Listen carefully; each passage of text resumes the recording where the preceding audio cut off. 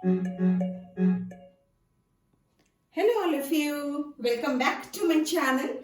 Today we will talk about a very important topic of class 12th biology under the chapter of human reproduction, that is menstrual cycle.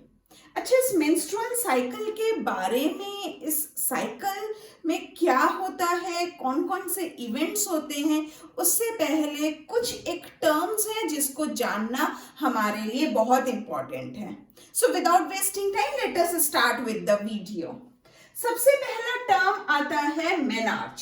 Menarche क्या है? Menarche एक वो phase है जब कि female, human female, they start with the menstrual cycle. Onset menstrual cycle start होता है.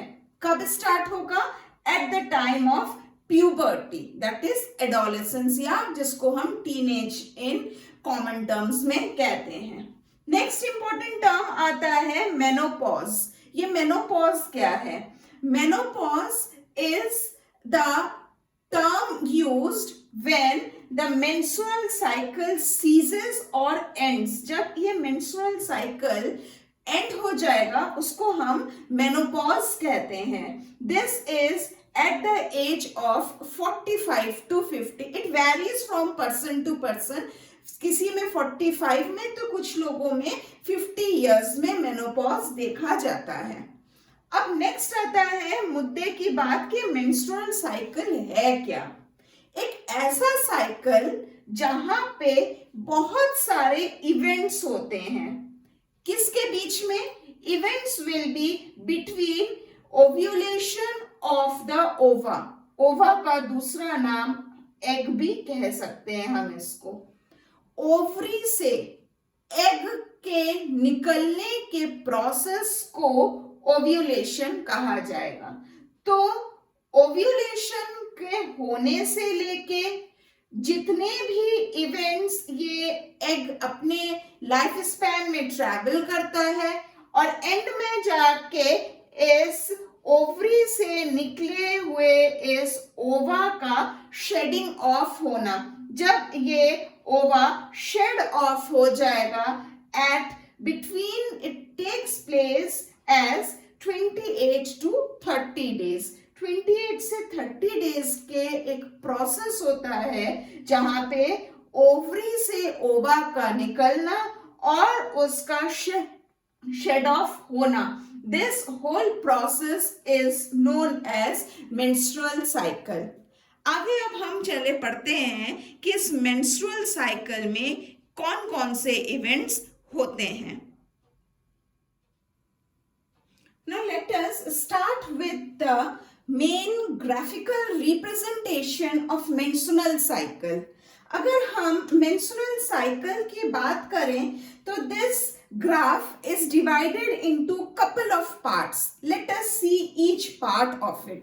सबसे पहले अगर हम इसके x axis की बात करते हैं then we have days over here, जो कि स्टार्ट होता है डे 1 से लेके and it ends to day 27 और रफली 29 से 28, 29 या फर्स्ट से फिर से ये day 1 that is next cycle begin हो जाता है. तो सबसे पहले हम इन डेट्स के अकॉर्डिंगली डिवीजन को समझते हैं. तो अगर डेज के अकॉर्डिंगली हम डिवीजन को देखें तो डे 1 से लेके रफली डे 5 तक या 5.5 तक हम इसको मेंसुरेशन कहते हैं. देन डे 6 से लेके रफली डे 14 तक हम फॉलिकुलर स्टेज को गिनते हैं. नेक्स्ट डे 15 से लेके डे 27 तक is considered as the luteal phase. ये तो हो गई बात डेज के अकॉर्डिंग कौन कौन से फेजेस होते हैं. इसमें अगर बात करें तो डे 1 से लेके डे 5 रिमेंबर, ये कैलेंडर का नहीं, ये मेंस्ट्रुअल साइकिल के डेज की बात हो रही है। तो मेंस्ट्रुअल साइकिल का डे 1 से लेके डे 5 तक मेंसेस होते हैं और ये एंड होगा रफली डे 27 पे, और 29 या फिर 1 से हम कह सकते हैं that the next cycle will begin, that is the next menstrual cycle will start.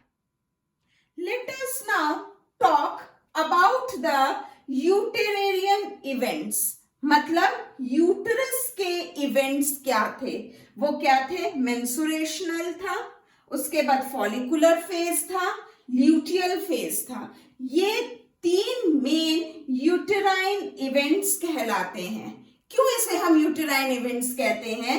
क्योंकि these are the changes which are seen within the uterus in consideration, keeping in mind in respect to uterus, these are the changes, so they are called as uterine events.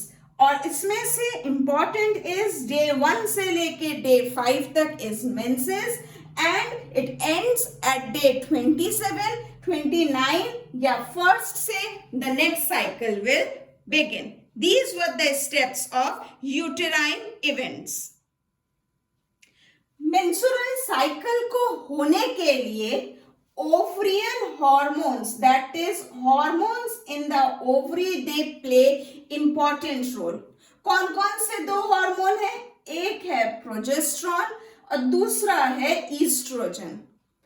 आपको इनके साथ 2 lines या curves दिख रहे होंगे। These are showing how the production of these hormones increases or decreases throughout the phase of these different steps of this menstrual cycle.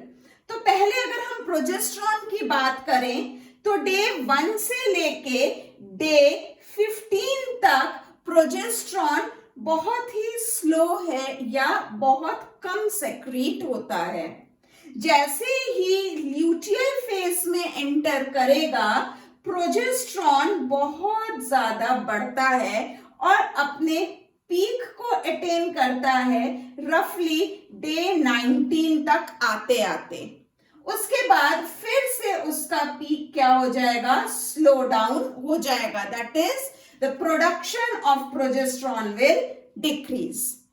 अगर ईजेस्ट्रॉन की बात करें तो ईस्ट्रोजन में क्या होगा? Oestrogen exactly at the mid of the cycle, that is day 15 से थोड़ा पहले आते आते it will reach to its maximum peak. That is the maximum amount of egesterone hormone secretion will be by between the changeover of follicular phase and the luteal phase. उसके बाद फिर से what will happen? The amount of secretion of estrogen will come down and it will decrease. It will again take a heat, फिर से थोड़ा ज्यादा produce होता है but definitely day 15 जितना नहीं, but कब? When it is roughly reaching to the end of menstrual cycle, that is कहीं पे day 25 से 27 के बीच में फिर से थोड़ा ज्यादा estrogen secrete होगा।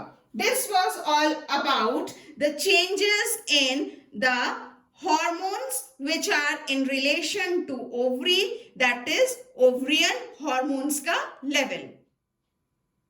अब days के साथ साथ ही we will now talk about कि follicle का क्या होता है और corpus luteum का भी क्या होता है। तो day 1 से लेके 7 तक क्या होगा? फॉलिकल डेवलपमेंट का फेज चलेगा, that is follicle will develop. Day 7 के बाद से 8 से लेके 15 या 14 तक हम कह सकते हैं फॉलिकल क्या होगा? मैच्योर होगा या मैच्योरेशन ऑफ फॉलिकल होगा। In the mid of the cycle जिस समय ईस्ट्रोजन भी अपने हाईएस्ट पीक पे था, उस समय हमें ओव्यूलेशन का इवेंट देखने को मिलेगा. What is ovulation? That is secretion or production of a ovary is producing a ova. मतलब ओवा का ओवरी से निकलना is known as ovulation. उसके बाद फिर हम कॉर्पस लुटियम की अगर बात करें तो जैसे ही ओव्यूलेशन हो जाएगा, ओव्यूलेशन के तुरंत बाद कॉर्पस लुटियम का डेवलपमेंट भी शुरू हो जाएगा. कब से शुरू होगा? इट विल रफली स्टार्ट फ्रॉम डे 15 और 16 से लेके it will continue till the end of the cycle, that is फिर से जब तक कि सेकेंड पीक पे नहीं पहुंचता है ईस्ट्रोजन. तो in between that is luteal phase. इस फेज में क्या होगा? डेवलपमेंट ऑफ कॉर्पस लुटियम होगा. After this what will happen in day 25 से 27 तक, जबकि सेकेंड फेज ऑफ ईस्ट्रोजन अपने पीक पे होगा, क्या होगा? Regressing of corpus luteum. इसको हम डीजेनरेशन ऑफ कॉर्पस लुटियम भी कहते हैं. भाई यूटरस हर मंथ अपने आप को प्रिपेयर करता है for fertilisation. It prepares to get a zygote and development of an embryo. जब there is no sperm available, now what will happen? Now corpus luteum has nothing to do. Corpus luteum का main काम क्या था?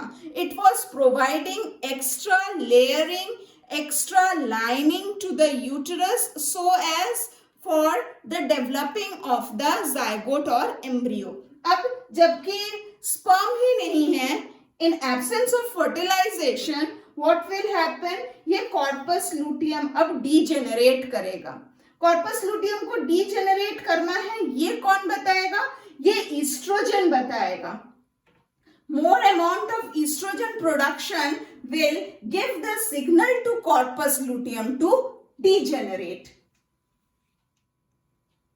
Next हम बात करते हैं अब पिट्यूटरी हॉर्मोन्स का क्या इफेक्ट होगा इन वेरियस फेजेस और in various days.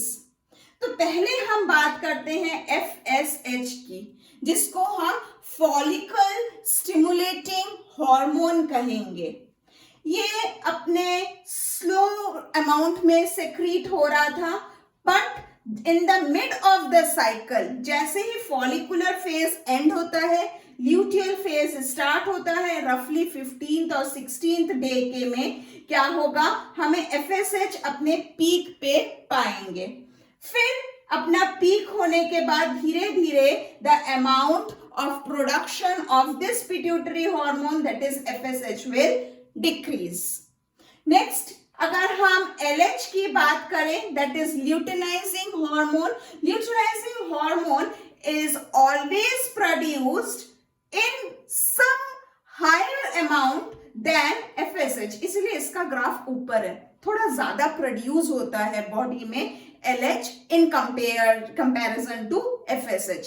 But then अगर हम इसके पीक की भी बात करें तो इसका पीक भी रफली उसी समय होगा जबकि ओव्यूलेशन होता है. That is when the follicular phase is ending and the luteal phase is starting. इन दोनों फेजेस के बीच में ही ये दोनों hormones that is luteinising hormone and follicle stimulating hormone, ये दोनों हार्मोन्स अपने पीक पे होंगे और बाद में फिर ये दोनों hormones they will the production of these two hormone will decrease. तो यहाँ पे जो बहुत इंपॉर्टेंट चीज है बेटा, इस पे क्वेश्चंस भी बहुत पूछा जाता है कि जब ओव्यूलेशन होता है, ovulation is the most important event. हालांकि सारे इवेंट्स ही इंपॉर्टेंट हैं and together they make this menstrual cycle possible, but then ovulation के समय सबसे ज्यादा जो हार्मोन्स हैं वो क्या होते हैं? अपने मैक्सिमम पीक या एक्टिव स्टेट में होते हैं. आप देखो ईस्ट्रोजन वो भी अपने हाईएस्ट पीक पे है. आप FSH देखो आप LH देखो, ये तीनों जब अपने एक साथ अपने मैक्सिमम रिलीजिंग कंडीशन में होगा, उस समय क्या होता है, ओव्यूलेशन होगा. That is release of a ovary of a ova from the ovary. Ovary से ओवा का रिलीज तभी होगा जब कि सिग्नल्स मिलेंगे इन तीनों हॉर्मोन्स से ओवरी को. एंड रिमेंबर, कभी भी मेंस्ट्रुअल साइकिल स्टार्ट नहीं होता है ओव्यूलेशन से. Ovulation is somewhere a mid path. आपको दिख रहा है ना, बीच रास्ते में. स्टार्ट ये डे 1 से हुआ था, which was starting with menses. Menses से शुरू होता है ओव्यूलेशन साइकिल या menstrual cycle. It starts from menses. Ovulation is a Midway of this menstrual cycle. Menstrual cycle के बीच का रास्ता होता है ओव्यूलेशन. और एंड हो जाएगा कहां पे जाके, डे 27 से 28 तक. 29 या 1 से फिर नया साइकिल बिगिन होगा. This was all about how in human reproduction female undergoes the process of menstrual cycle. ये डायग्राम और रिप्रेजेंटेशन एक्सप्लेनेशन अगर आपको अच्छा लगता है then do hit a like button. अगर आपको ऐसा लगता है कि आप ये मेरी कंसेप्ट्स ऑफ टीचिंग अपने फ्रेंड्स से शेयर करना चाहते हैं then do hit the share button. अगर आपको कंटिन्यूशन में मेरे कंटेंट अच्छे लग रहे हो और आप डेली उनको देखना चाहते हो then do hit the subscribe button, because every day I am putting a new concept, every day I am putting a fresh topic on my channel. आपसे रिक्वेस्ट है कि शेयरिंग इज केयरिंग. आप जितना share करोगे आपकी knowledge उतनी बढ़ेगी. हम यहाँ नॉलेज शेयर कर रहे हैं. So with this note I would like to end today, and always mention in comments that what new things you want me to upload, what more ways I can help you to score good marks for your board's examination. With this, happy subscribing, happy studying, and at the top of it, stay happy. Bye-bye.